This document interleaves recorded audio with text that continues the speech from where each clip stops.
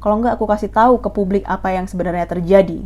Dan dia bilang kalau semua kesaksian yang dia kasih tahu ke polisi adalah kesaksian palsu.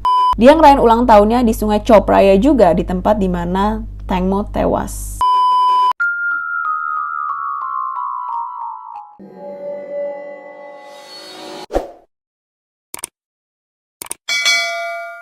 Bada bing, bada bu. Hai Bestiana-Bestiani, apa kabar semuanya? Semoga kalian semua sehat-sehat aja. Jadi hari ini aku akan ngomongin tentang Tang Mo Nida. Kalian bisa lihat di title. Ini adalah ongoing case yang masih berlanjut. Masih banyak hal-hal yang gelap yang belum ditemukan titik terangnya.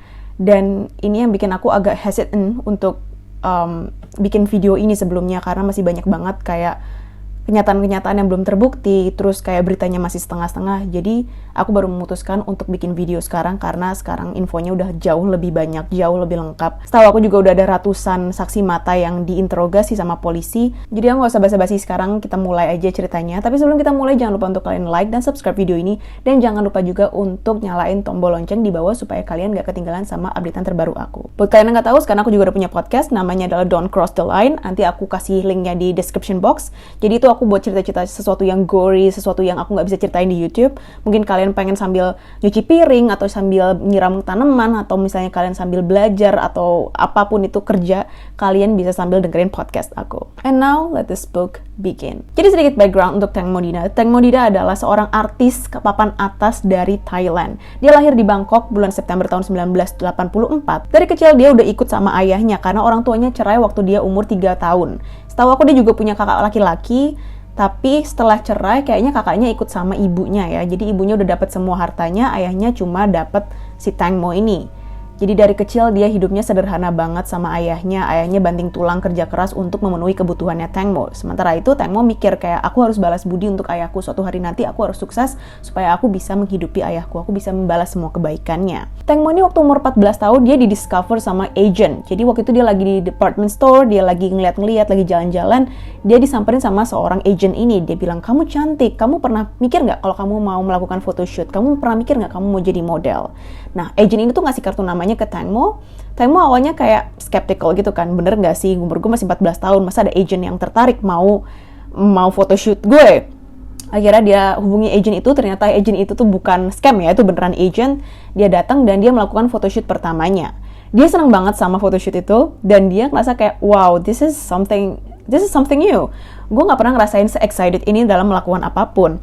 Dan dia akhirnya memulai karirnya di bidang modeling. Dan di tahun 2002, Tang Mo ini ikut ajang pencarian kayak beauty pageant gitu, yang bernama Miss Teen Thailand. Di sini posisinya Tang Mo udah ngikutin banyak banget kayak photoshoot, ajang-ajang modeling. Tapi dia juga nggak mengabaikan pendidikannya ya, karena dia kuliah juga. Setahu aku dia kuliah di 2 tempat, but I'm not really sure apakah dia kuliah di saat yang bersamaan, atau dia kuliah dulu, terus abis itu dia nggak lanjut karena dia mau ngejar karir, baru dia kuliah lagi. Jadi sebelumnya setahu aku adalah dia kuliah di sebuah universitas, dia kuliah keperawatan, terus dia pernah jadi asisten perawat juga. Cuma kayaknya dia nggak selesai di kuliah itu, terus karena dia harus lanjut mengejar karirnya, dimana dia waktu itu kerja di Channel 7, dan baru dia lanjut lagi kuliah di Rangsit University. Dia ngambil social studies dan dia graduate. Dia lulus. Nah, selama dia kerja di Channel 7 ini, dia juga banyak banget tawaran untuk main film-film, terus dia main TV series. Nah, di situ namanya udah mulai makin naik. Jadi orang tuh pasti udah mulai menyorot Tang Mo kan. Siapa nih Tang Mo? Dia cantik, dia berbakat, dia kayaknya bisa jadi potensi besar untuk Thailand. Artis adalah manusia biasa, nggak luput dari skandal-skandal, nggak luput dari kayak berita-berita yang buruk gitu lah ya. Nah, suatu hari ini si Tang Mo ini pernah kena skandal. Sebenarnya bukan skandal sih menurut aku ini adalah sesuatu yang normal terjadi, karena waktu itu dia ada masalah sama media, di mana dia kayaknya merasa mungkin privasinya tuh terlalu diusik ya sama media. Akhirnya dia kasar.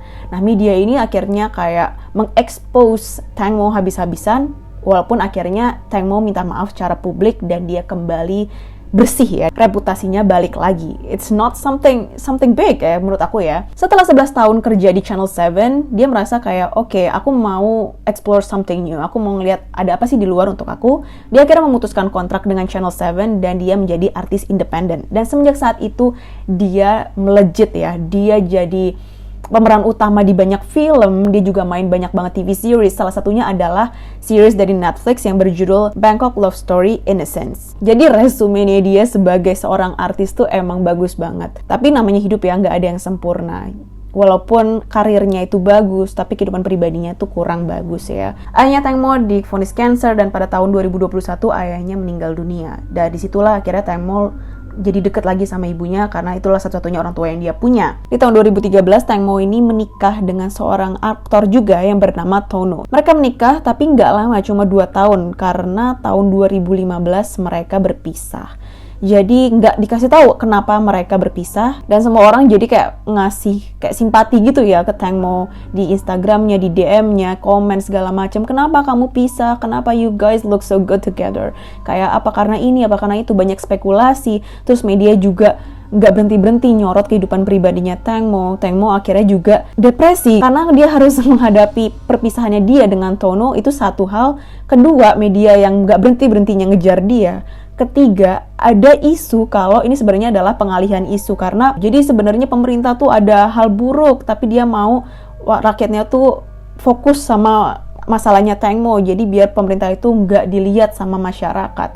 Nah itu yang bikin Tang Mo tambah parah depresinya dan dia bahkan mencoba untuk bundir sekali. Untungnya dia berhasil diselamatkan dan mantan suaminya si Tono itu akhirnya pergi ke publik, dia ke publik dan memberikan kayak statement. Dan akhirnya setelah perawatan, pengobatan, Tang Mo pun sembuh, dia sehat lagi. Dia hapus Instagram lamanya, dia bikin Instagram baru dan dia mulai dari awal ya, mulai dari nol ya, kayak Pertamina. Bertahun-tahun kemudian, tahun 2020 dia kenalan sama Ken Casper. Jadi waktu itu Ken Casper adalah kayak seorang pemilik butik di mana Tang Mo sering belanja. Ken Casper ini adalah salah satu fansnya si Tang Mo ya. Terus karena udah berkali-kali Tang Mo datang, terus dia kayak seneng, akhirnya dia memberanikan diri untuk ngajak Tang Mo keluar. Tang Mo sendiri kayak, oke, boleh, aku juga mau kenalan sama kamu. Mereka akhirnya berkencan beberapa kali tahun 2020. Sebelum akhirnya mereka memutuskan kayaknya kita lebih baik jadi temenan aja deh. Dan mereka sampai sekarang, sampai hari kematiannya Tang Mo, mereka masih tetap kayak best friends gitu. Selain keluarga dan pasangan, Tang Mo ini juga punya sahabat deket banget. Bahkan nggak cuma sahabat ya, dia sahabat merangkap manajer yang bernama Getik.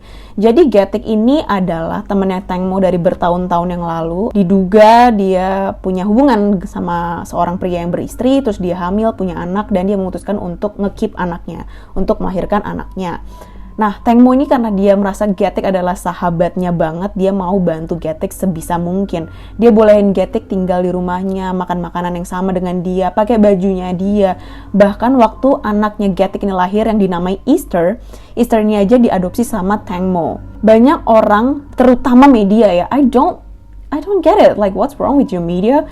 Kayak mereka tuh berspekulasi kalau Tang Mo ini nggak bisa punya anak, makanya dia adopsi anaknya Getik gitu kan. Karena dinamika keluarga mereka tuh emang nggak biasa gitu loh. Apalagi Easter manggil keduanya Tang Mo dan Getik sebagai mama.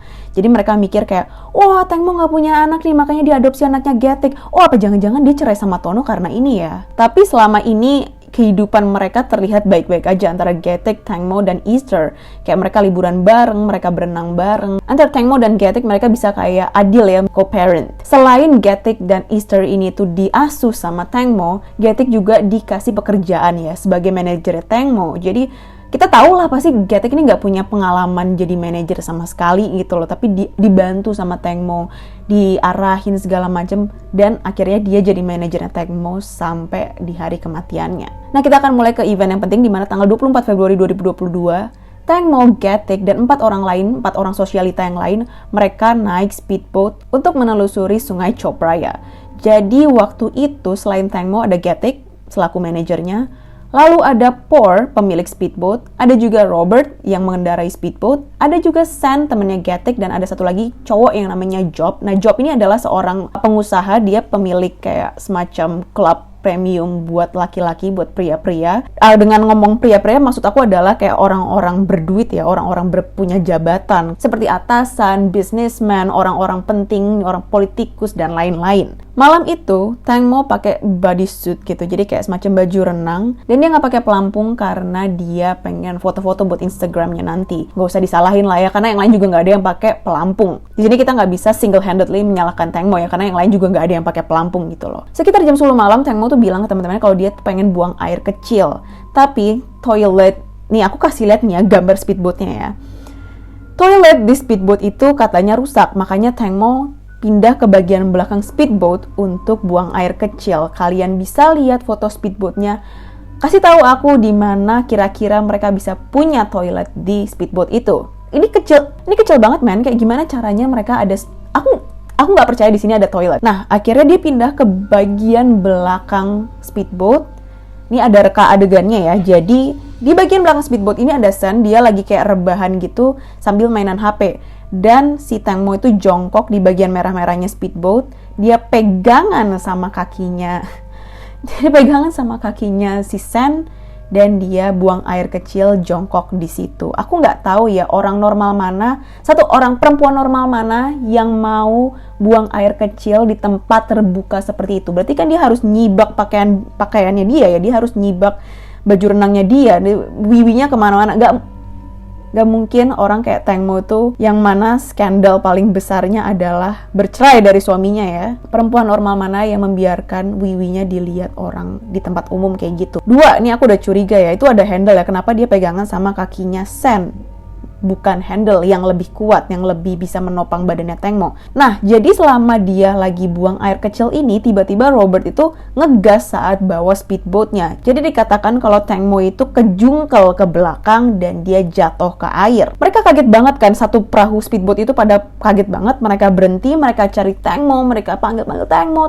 Mereka pakai senter HP mereka untuk mencari Tang Mo di gelapnya malam, di tengah-tengah sungai. Dan mereka bilang mereka cari Tang Mo dalam waktu 2 jam. Senter HP tuh emang seterang apa sih? Karena selama 2 jam itu mereka nggak nemuin Tang Mo.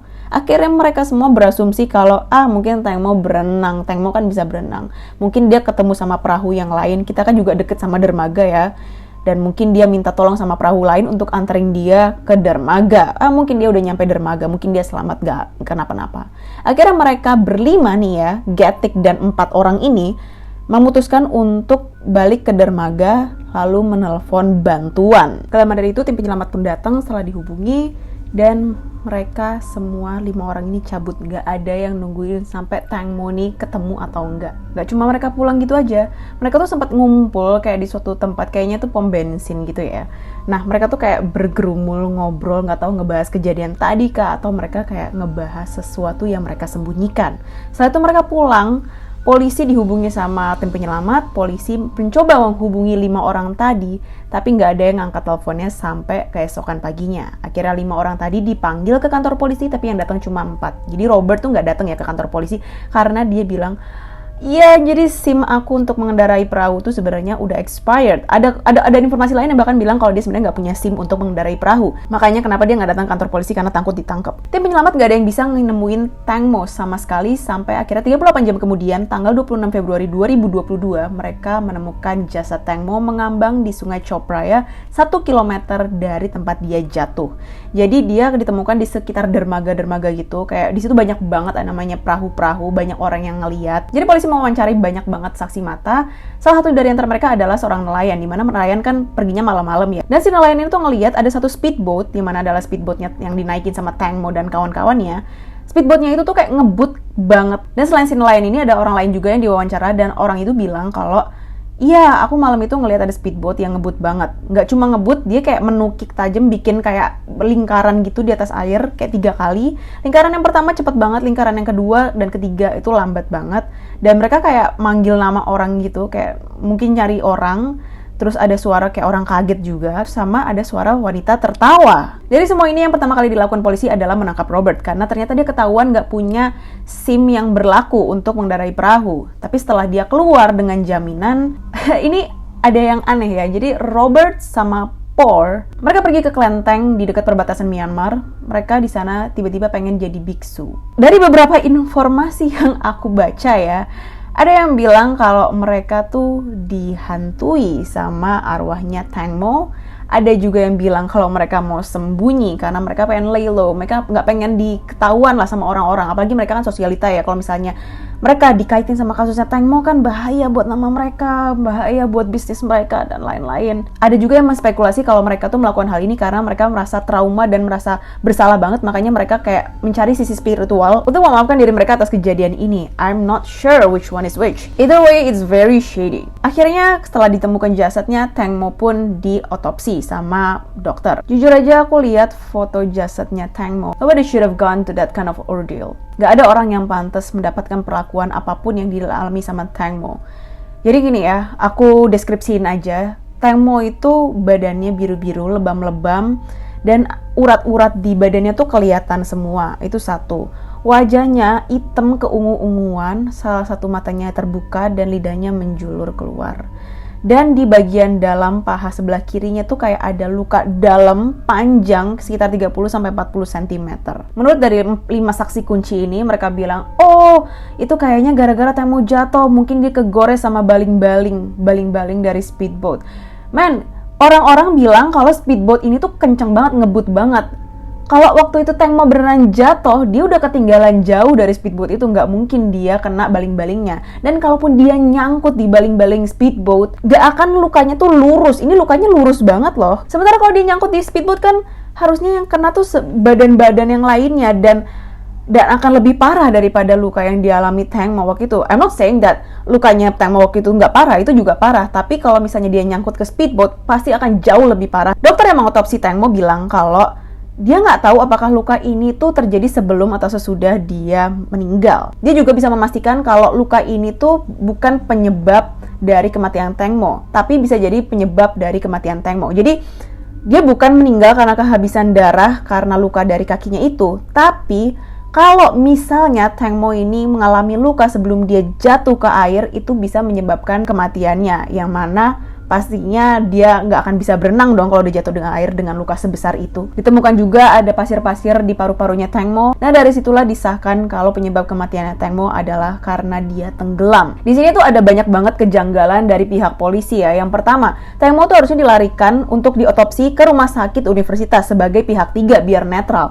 Tapi kenapa waktu last minute dia itu dibawa ke rumah sakit polisi gitu loh? Emang ada apa? Kenapa polisi tiba-tiba kayak kekeh banget Tang Mo harus dibawa ke rumah sakit polisi? Apakah karena mereka mau mengkontrol apa yang terjadi, apa outcome dari hasil otopsinya Tang Mo kah? Ini kan kasus high profile banget. Kenapa polisi nggak pengen hasil yang netral gitu untuk biar cepet-cepet ditangkap pelakunya? Kali aja memang ada sesuatu yang shady yang terjadi sama Tang Mo, bener nggak? Kedua, speedboat ini tuh gak diamankan sebagai barang bukti sama sekali, tapi yang diamankan cuma baling-balingnya doang. Setelah diamankan, polisi mikir kayak oke, kita mau bikin reka ulang atas kejadian hilangnya Tang Mo. Mereka akhirnya bawa lagi tuh speedboatnya ke air, dipasang lagi baling-balingnya. Tiba-tiba baling-balingnya jatuh.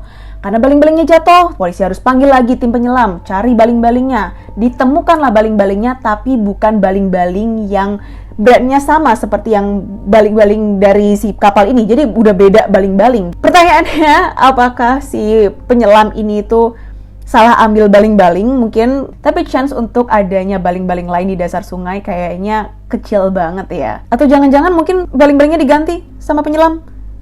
Atau jangan-jangan bukan penyelamnya yang ganti? Jangan-jangan pihak polisi. Dan yang paling parah, kejanggalan yang paling parah adalah polisi nggak ada yang namanya melakukan pemeriksaan fisik terhadap 5 saksi kunci tadi, si San, Gatik, Por, Job, sama Robert. Padahal ya, di foto-foto media, mereka ada bekas luka cakaran, luka lebam, bahkan ada cakaran di jidatnya San. Selain itu juga Por sama Robert minta untuk media menghapus semua foto-fotonya mereka yang ada lebam-lebamnya itu. Terus sekarang gitu kan netizen akhirnya marah dong, ini kenapa kok nggak ada pemeriksaan fisik sih buat mereka?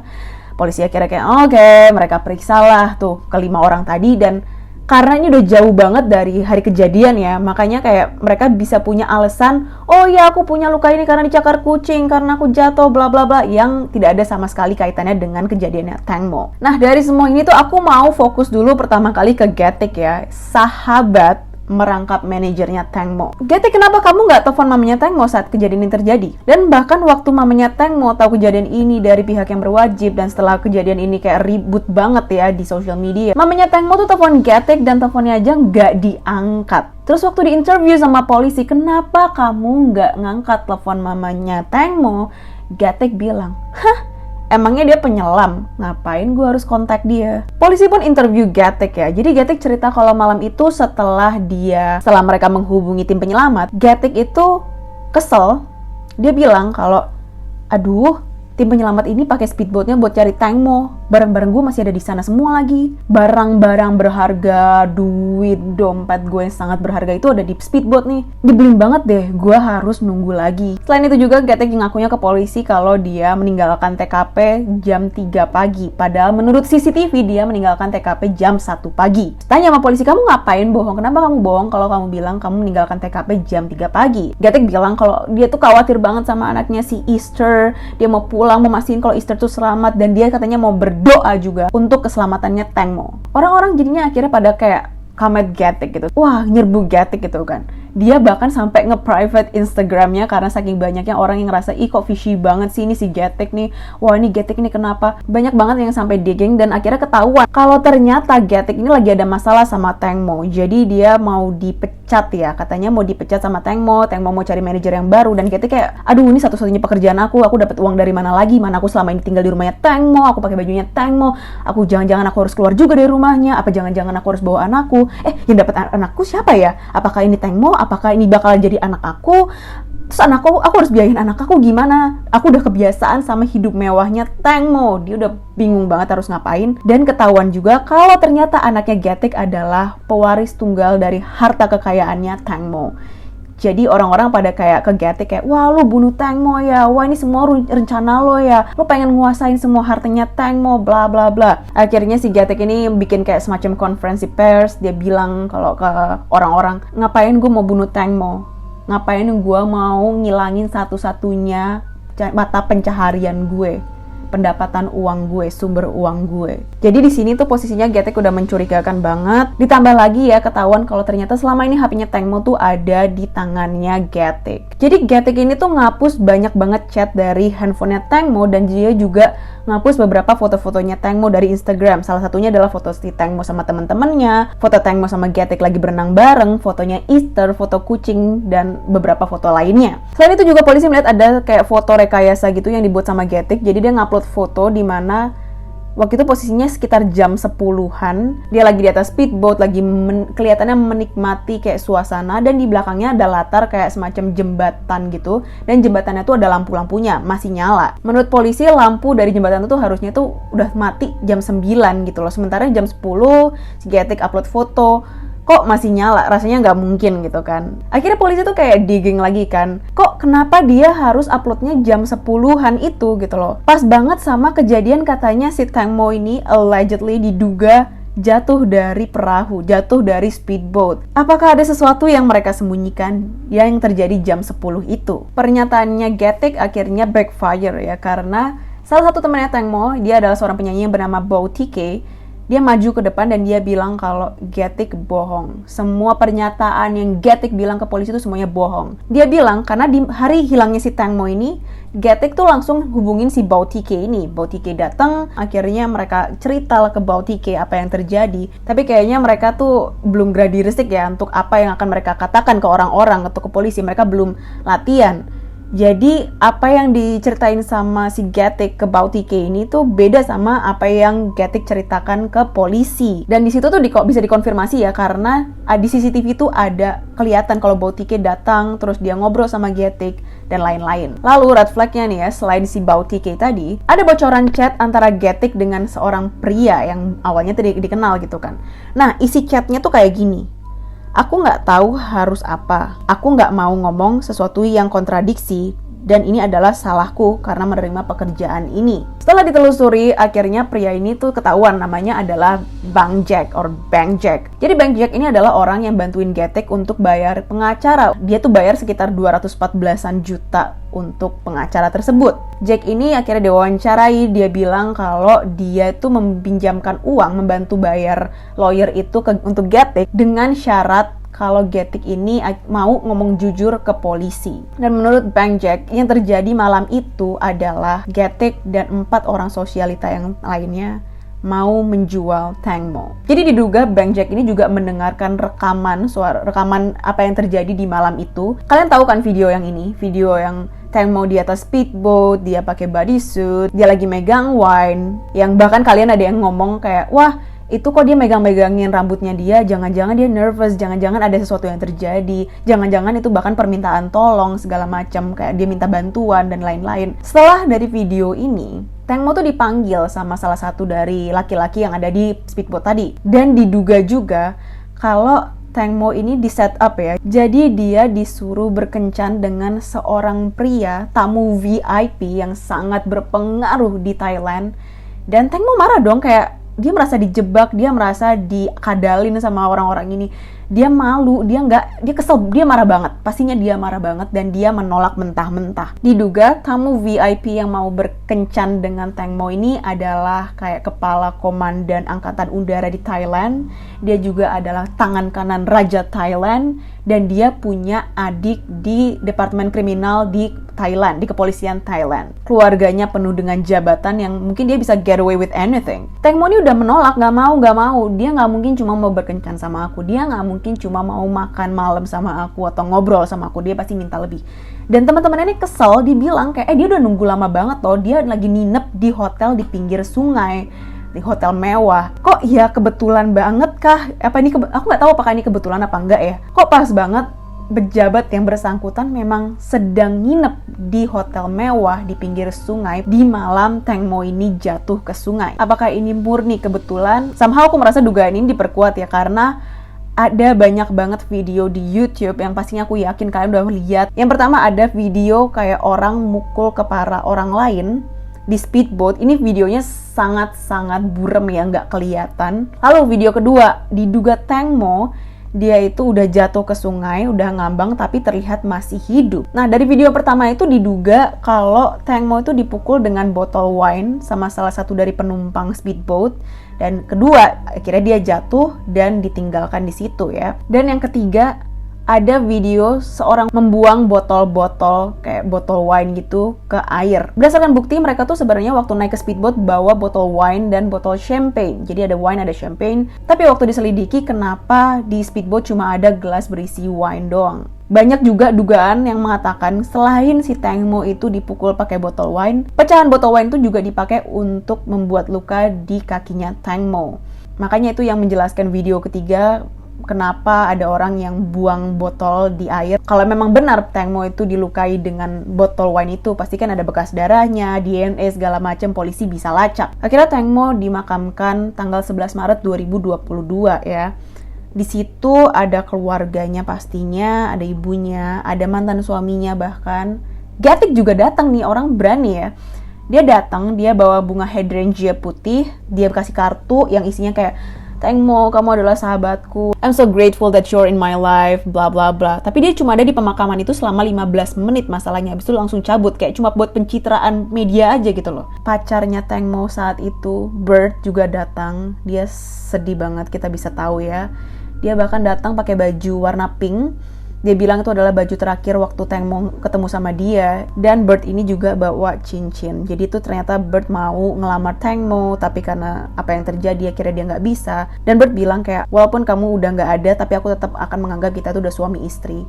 Dan dia kayak minta tolong juga sama tim forensik atau sama tim otopsi supaya kalau bisa tolong dong pakein cincin ini ke jarinya Tang Mo sebelum dia dikuburkan. Nah, sekarang nih yang lagi rame dibicarain adalah masalahnya mamanya Tang Mo, yaitu Panida. Tiba-tiba mamanya Tang Mo ini kayak secara publik bilang kalau iya, aku memaafkan Por dan Robert atas kejadiannya Tang Mo. Dan pas dikulik-kulik kenapa dia memaafkan Robert dan Por, dia sih bilangnya kayak, iya, karena Robert sama Por nih, mereka punya itikat baik, mereka kayak nanyain kabarku terus, mereka minta maaf ke aku terus, dan akhirnya ya udah aku maafin deh.